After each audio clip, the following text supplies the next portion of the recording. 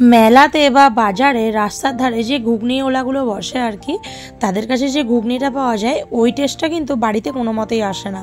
তাই আজ চেষ্টা করলাম সেইভাবে ঘুগনিটা বানানোর।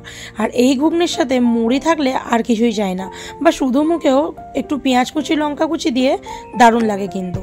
তো কিছুই না, মটরটাকে আমি আগের দিন রাতে ভিজিয়ে রেখেছিলাম, তারপর প্রেসারে 2টো সিটি মেরে নিয়েছি। 2টো সিটি মারলেই চলবে, নাহলে কিন্তু মটরগুলো একদম গলে যাবে, তখন ভালো লাগবে না।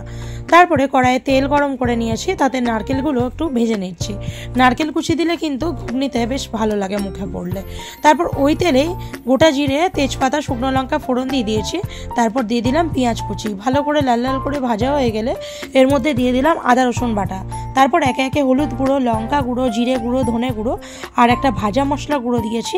দিয়ে ভালো করে কষিয়ে নিয়েছি, সামান্য জল দিয়ে কষিয়ে নিয়েছি যাতে মশলাটা না লেগে যায়।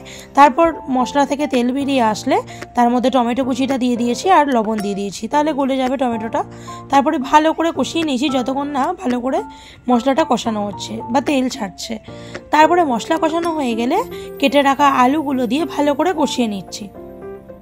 আর এখানে মটরটা যেহেতু আমি 80% সিদ্ধ করে রেখেছিলাম, তাই আলু সিদ্ধের সঙ্গে কিন্তু মটরটাও একদম ব্যালেন্স হয়ে যাবে, তাহলে মটরটা গলবেও না আর আলুও সিদ্ধ হয়ে যাবে।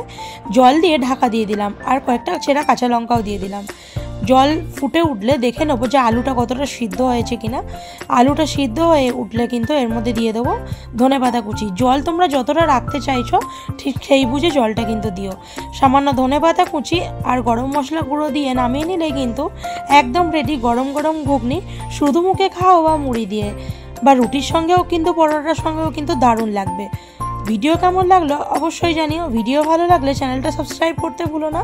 আর এর সঙ্গে গরম ডিম সেদ্ধ থাকলে তো আর কথাই নেই। টাটা।